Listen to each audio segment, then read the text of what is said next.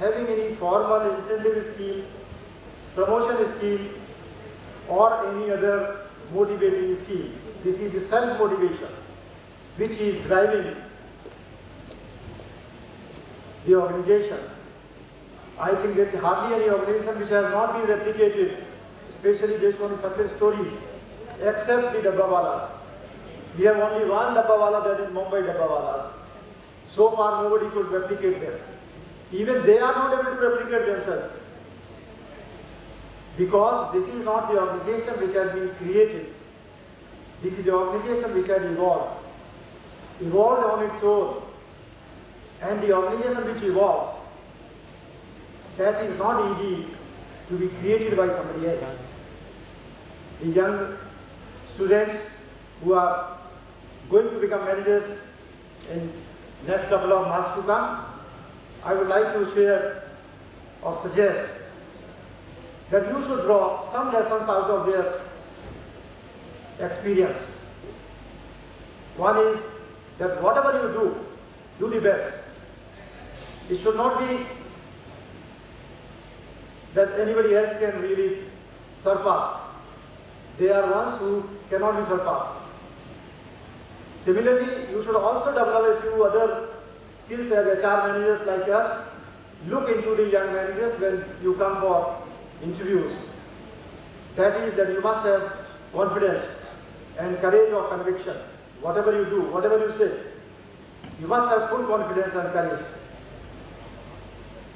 Unless you have full conviction, unless you have confidence, unless you show energy, your knowledge and skills and competencies will not be fully accepted or recognized.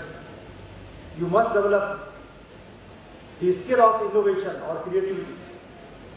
Don't copy the others. Try to understand, try to internalize and do something different in a different manner. There is one skill which is very important, feeling of inquiry or spirit of inquiry or the skill of inquiry. What is the skill of inquiry? That means that whatever you are doing, try to collect as much information as you can from whatever sources. Unless you have full knowledge about that particular event, you will not be having full confidence. And the last but not the least, I would like to say, another competency you have developed is the competency of critiquing. Now what is this critiquing? Many friends say critiquing is criticizing. Yes, this can also be treated as criticizing, but there is a significant difference between critiquing and criticizing. Critiquing is a constructive post-mortem, examination, investigation, but criticism is finding fault. So never try to find fault, but try to analyze, do the post-mortem, try to understand the good points, recapitulate those good points, and try to find reasons of not achieving the levels, the excellence which you probably would like to achieve, and then how can you improve upon whatever you have done. So critiquing is trying to improve upon, based on the critical examination and investigation, over whatever you are doing or whatever somebody else is doing. That means benchmark yourself, benchmark with you, and also here especially the spirit of Dabbawalas, which is something which all of us has to emulate. Thank you very much. For sharing your valuable information with us. It was great to learn about Mumbai Dabbawalas in our last session. This session of conference has been great management learning from Dabbawalas. Now we request Dr. Ashish Gupta. Can we have the kind of the question answer session? So whatever, I was talking to Dr. S.G. Gupta also, मैंने कहा you are a classical economist. उन्होंने अमृत सेन के साथ काम किया है, तो मैं उनसे कह रहा था कि सर आप इतनी थ्योरी बनाते हो, इतनी किताबें लिखते हो।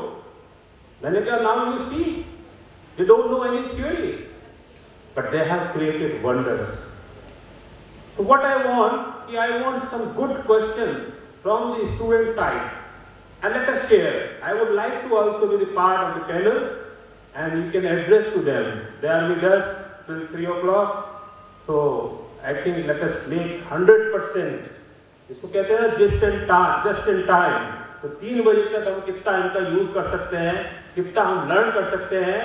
एंड अगेन जो मैं सोच रहा था कि समर ट्रेनिंग के लिए कुछ बच्चों को हमारे जाना होगा, if they can have a kind of a tie-up,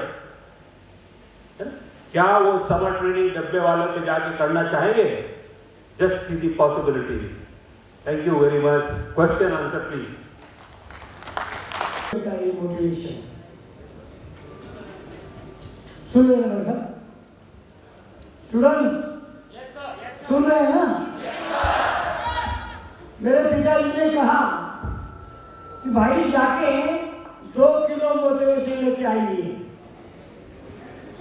तो मैंने कह दिया पिताजी काश कोई मोटिवेशन की दुकान होती, उनकी और हमारी मेरी पहचान होती तो भर देता खुशियों से आपका आंचल, चाहे उसकी कीमत मेरी जान भी होती।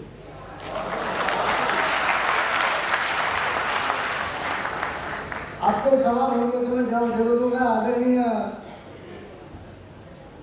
साहब यहाँ बैठे हैं, तो एक दूसरी में रिक्वेस्ट है आपको, कहीं बेचते हैं हमें सीखना तो है। Work is not your hand but work is your hand. हमें सीखना है क्या करना है। कई फैसले ऐसे होते हैं उनके खिलाफ अपील नहीं किया जाता। क्यों? क्योंकि हार में भी जीत होती है। कई ऐसे फैसले होते हैं तो आप सवाल दीजिए, शायद मेरी हार भी हो जाएगी तो मैं जीत समझूंगा। बोलिए। सर एक प्रश्न। हाँ जरूर। ये बरसात होती है बॉम्बे में बहुत ज़्यादा। हाँ। उस दौरान आप किस प्रकार से इसको मैनेज करते हैं? Just in time. साहब ने क्या सवाल पूछा, जब बरसात होती है उस समय आप क्या करते हैं? सवाल बढ़िया है, सवाल बढ़िया है। इसका जवाब ऐसा है, जब हम टिफिन लेने को जाते हैं तो बेल बजाते हैं तो घर में माँ जी होती, बहन जी होती, भाभी होती, वो बोलती है कि आज ट्रेन बंद है क्योंकि पानी भरा है। सब पूरे ट्रेन में या रास्ते में पानी भरा है, साहब काम पे गए नहीं। अगर साहब काम पे जाएंगे नहीं, हम टिफिन किसके लेके जाएंगे?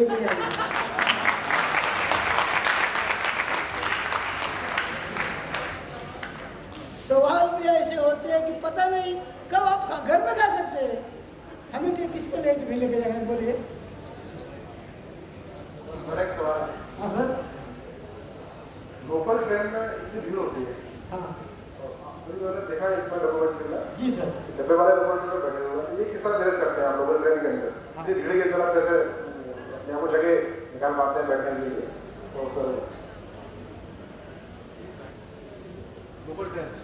लोकल ट्रेन भीड़ होती है ना। हाँ, तो आप लोग लोकल ट्रेन में किस तरह मैनेज करते हैं अपने आप को? देखिए, आप बम्बई कभी गए थे? जरूर आइए।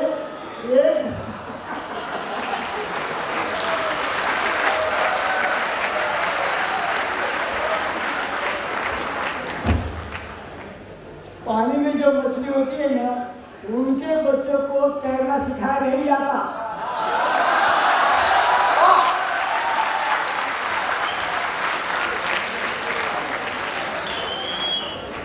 मुंबई में जो भीड़ में नहीं रहेंगे वो बम्बई में नहीं रहेंगे, वो मथुरा में आएंगे।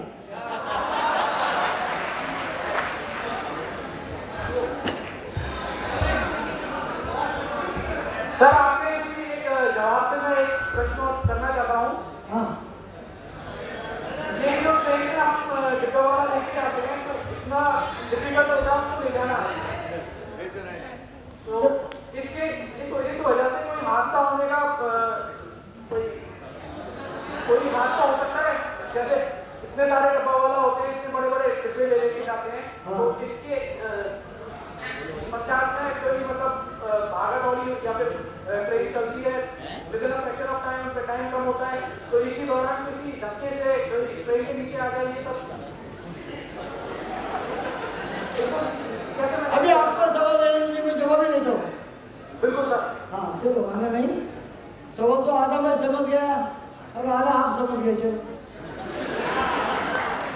वैसी होती है, कभी कभी हादसा होता है, कुछ तो कुछ गड़बड़ होती है, तो हमारे टीम के 2-4 टीम जो होती है, वो टीम के हर रास्ते से अपने टिफिन लेके जाते हैं। उन्हें पता चलता है साइकिल पंचर हुई या एक्सीडेंट हुआ, कुछ गड़बड़ हुई, कुछ तो कुछ हुआ, तो तुरंत वो उनको ग्रुप लीडर को खबर देते हैं, भाई ऐसा ऐसा हुआ है।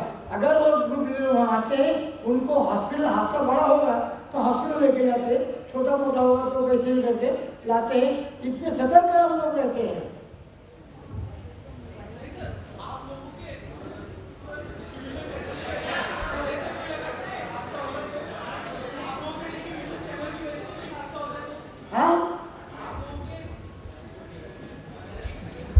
आप लोगों के डिस्ट्रीब्यूशन चैनल की वजह से कोई हादसा होता है तो फिर सोशल रेस्पॉन्सिबिलिटी है ना, ये भी आपकी हमारी, जैसे आपका ये चैनल आपका जाता है, आपके जो कर्मचारी हैं सामान लेके जा रहे होते हैं, बाई चांस उसी दौरान उन लोगों की वजह से किसी कोई मिसहैपनिंग हो जाती है, कोई अगर दुर्घटना हो जाती है उनकी वजह से। जरूर जरूर समझ गया सर। मगर क्या होता है, जब गाड़ी चलाने वाला होता है ना, सब लोग बोल के उनकी गलती है, चलने वाले को देखना चाहिए।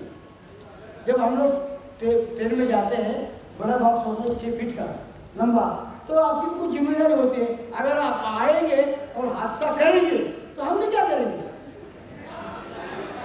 हादसे का भी कुछ हिसाब होता है, वो हादसा होता है तो अगर हमारे से गलती होती है तो हम उनको भाई हाथ पाँव जोड़ते हुए, चलो तकलीफ हुई है, 100-500 रुपये ले लो, आराम से तकलीफ मत करो, पुलिस के पास मत जाओ, ऐसे भी करते हैं।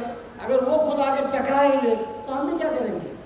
हम भी उसको पकड़ते, भाई ये बॉक्स गिरा है, 2-4 रुपये का पैसा दे दो, ऐसा भी होता कभी कभी। हादसे का भी तो सवाल होते हैं ना, आपने किया और हमने किया, वो फर्क है ना, एक ही तरह का हादसा होता है। Hello, good morning to sir. Sir, आप मुंबई में इतना अच्छा कर रहे हैं, सिक्स सिग्मा आपको मिला हुआ है। किसी बंदे ने आपसे क्वेश्चन पूछा था कि आपको मुंबई में करना चाहिए या मैं एग्जाम्पल दे देता हूँ, आगरा में करना चाहिए, ये और भी बड़ी बड़ी सिटीज है, बेंगलोर। जी जी जी सर, क्यों, यानी अगर आपको इतना बड़ा स्टेटस मिला हुआ, उसके बावजूद आप क्यों एक्सपेंड क्यों करना चाहते हैं? आजकल जबकि हर कोई, यानी ये है कि जैसे रिलायंस हो गई, एक इंस्टीट्यूट से दूसरे इंस्टीट्यूट में जाके अपना एक्सपेंड कर रहे हो, क्यों आप अपना एक्सपेंशन नहीं करना चाहते? क्यों आप क्या कहते हैं मुंबई के अंदर ही रह के अपना वो करना चाहते हैं? क्योंकि मुंबई फिर भी एक टिपिकल बात है, दिल्ली बहुत सीधी है। आपकी बात में शराबों में रखता हूँ कि जैसे आपने कहा था, जो मुंबई वाला है वो मुंबई वाले में ही मजा है, दिल्ली में क्या मजा? पर क्यों आप बाहर निकलते, उसके यानी आपने 114 साल से चैलेंजेस लिए हैं, तो आप क्यों नहीं आप चैलेंज लेके सर दिल्ली में या बड़ी सिटी में कुछ करना चाहते हैं? भाई हम घर दे रहे हैं और कुछ आपको सैलरी के अलावा और कोई चीज दे रहे हैं।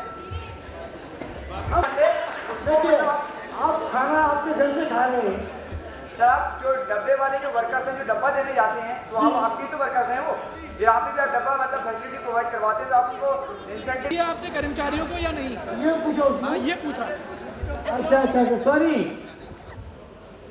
ये कोई आप नौकर मालिक नहीं है। सोचिए, अगर नौकर होता तो कुछ ना कुछ बिजनेसमैन उनके लिए कॉलोनी करता था, मगर जब मालिक है, मालिक उनका कुछ व्यवस्था करता है खुद की। ये होती है बात सर। चाहे 10,000 का बिजनेस हो, 40,000 का हो, मालिक है वो। एक्चुअली सर, वन क्वेश्चन, शायद ओवर रिड्यूस हो गए और कम हो सकता है, तो और आपका जो है क्वालिटी इंप्रूव होगी और आपका 6 सिग्मा से भी और प्लस 6 सिग्मा हो सकता है, तो उसके लिए आपकी क्या स्ट्रेटजी है? क्या आप टाइम रिड्यूस कर सके इसको 3 आवर्स से 2 आवर्स में या 1 आवर्स में? आपके जो 3 घंटे का समय सीमा है टिफिन पहुंचाने की, वो कम से कम और हो सकती है, तो उसके लिए आपका क्या प्लान है आगे का? हम जल्दी टाइम से पहुंचेगा तो सर आप और ज़्यादा दे पाएंगे सभी को, ज्वाइंट टेबल और ज़्यादा लोगों के पास पहुंचा सकेंगे। नहीं सर, ऐसी आप बाबू जी तुरंत हमने ऐसी बात की कि लंच का समय जो है लंच होता है तो वो मेरे पास हमको भी हम लंच देते हैं ना। नहीं, मेरा सर कहने का आशय ये है कि आप जो है अधिक से अधिक लोगों के पास अपने टेबल पहुंचा सकेंगे, तो आपका टाइम जो है शॉर्टेज होगा तो इस प्रक्रिया से।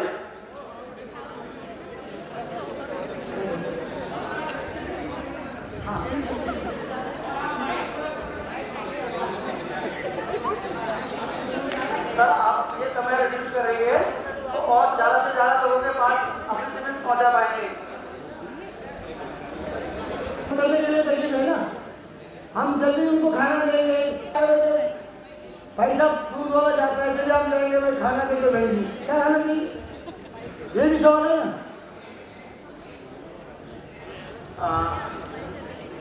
सर मैं आपसे question sir my name is Kapil Kumar. मैं ये जानना चाहता हूँ कि सर आपके बिजनेस में रिक्रूटमेंट प्रोसेस का क्या आधार है, आप कैसे रिक्रूट करते हैं? देखिए ऐसा बोले कि मुझे करना नहीं, ये करेंगे, वो लोग को तो हम रखते ही नहीं। काम करना है तो 6 महीना उनको ट्रेनिंग देते हैं, ट्रेनिंग पेमेंट देते हैं 4,000 रुपये पर मंथ, तो साथ में उनको घुमाते हैं, ट्रेनिंग देने वाले साथ में घुमाना, साथ में चलना, ग्राहक के साथ हिंदी बात कैसा करना, साइकिल के डब्बे कैसे लगाना, 40 डब्बा लगाना, 40 डब्बे के वक्त बॉक्स भरना, सर पे लेके जाना, हिंदी के साथ कैसी बात करना। और अगर वो बंदा वो ग्रुप को पसंद आएगा तो हम उनको पार्टनर बना लेते, वर्क पार्टनर बना लेते, वर्किंग पार्टनर की वैल्यू है 1 लाख रुपया, 1 लाख रुपया होता है। ये क्या रोड छाप बिजनेस नहीं हमारा, 1 लाख रुपया उनके पास नहीं होता होगा तो हमारे मंडल की दक्खन मावले क्रेडिट कोऑपरेटिव सोसाइटी है, उनके द्वारा उनको 1 लाख रुपये दिया जाते हैं और देने के बाद 20-25 महीने के 500, 700, 500, 700 रुपया इंस्टॉलमेंट ले जाते हैं और इंटरेस्ट भी ले जाते हैं और वो डायरेक्ट मालिक बन जाता है। सर मैं थोड़ा इस क्वेश्चन को आगे बढ़ाना चाहूँगा, ये प्रैक्टिकली है जो मैंने अब तक देखा है और आप बहुत अच्छा आंसर दे सकते हैं, मुझे ऐसा विश्वास है सर। मैंने देखा है अब तक कई कॉलेजों में कोई कंपनी आती है, कोई कंपनी आई उसने 20 स्टूडेंट शॉर्टलिस्ट कर लिए सिलेक्शन के लिए, आखिर क्या होता है 8 दिन बाद 5 बंदों ने उस कंपनी को ज्वाइन किया, 15 ने लीव कर दिया। इसमें कहाँ गैप है रिक्रूटमेंट प्रोसेस में कि जो बंदा रियली चाहता है कि हम इस कंपनी में ज्वाइन करें वो बंदा सेलेक्ट नहीं हो पाता है और वो बंदे सेलेक्ट हो जाते हैं जो ज्वाइन नहीं करते, छोड़ देते। तो इसमें कहाँ पर गैप है, क्या एजुकेशन सिस्टम में गैप है कि कहाँ पर गैप है यहाँ पर रिक्रूटमेंट प्रोसेस में गैप है? तो ये मेरे कस्टमर है, मैं इनकी नीड समझ रहा हूँ, ये क्या पूछना चाह रहे हैं और क्या आंसर सुनना चाह रहे हैं। एंड मेरे को लगता है कि this is a right platform where we can share, और नॉर्मली हमें टाइम भी नहीं मिलता इंटरेक्शन का बीइंग ए डायरेक्टर। जो आपने बात कही वो बहुत अच्छी, कमलेश है ना, किसका क्वेश्चन किसका था? कमलेश, ओके। ये बहुत लोगों में ये एक अंदर से फीलिंग है कि भाई मेरे को सिलेक्शन नहीं हुआ, मेरे को जरूरत थी, जिसका सिलेक्शन हुआ उसको नहीं थी। डब्बे वाला आज क्यों बुलाया गया है? हम लोग ज्यादातर जो कंपनीज हैं वो सारा का सारा recruitment process western model base है, उसमें कोई बुराई नहीं है, लेकिन क्या हम इंडियन सिस्टम जो था एचआर को इंडियन पर्सपेक्टिव में भी देख सकते हैं? क्या एचआर को लिटरेचर से भी पढ़ सकते हैं? जो एक आपने क्वेश्चन बताया है, आई स्टिल रिमेंबर प्रेमचंद की एक स्टोरी थी, उस स्टोरी के अंदर एक स्कूल के डायरेक्टर का सिलेक्शन होना था, तो चेयरमैन ने क्या किया, सारे कैंडिडेट को एक दिन पहले बुला लिया और पहले बुला के एक दिन ये हॉकी मैच का ऑर्गेनाइज किया। तो जितने भी कैंडिडेट्स थे वो हॉकी खेलने के लिए गए, लौट के जब आ रहे थे तो उसमें से एक ही जो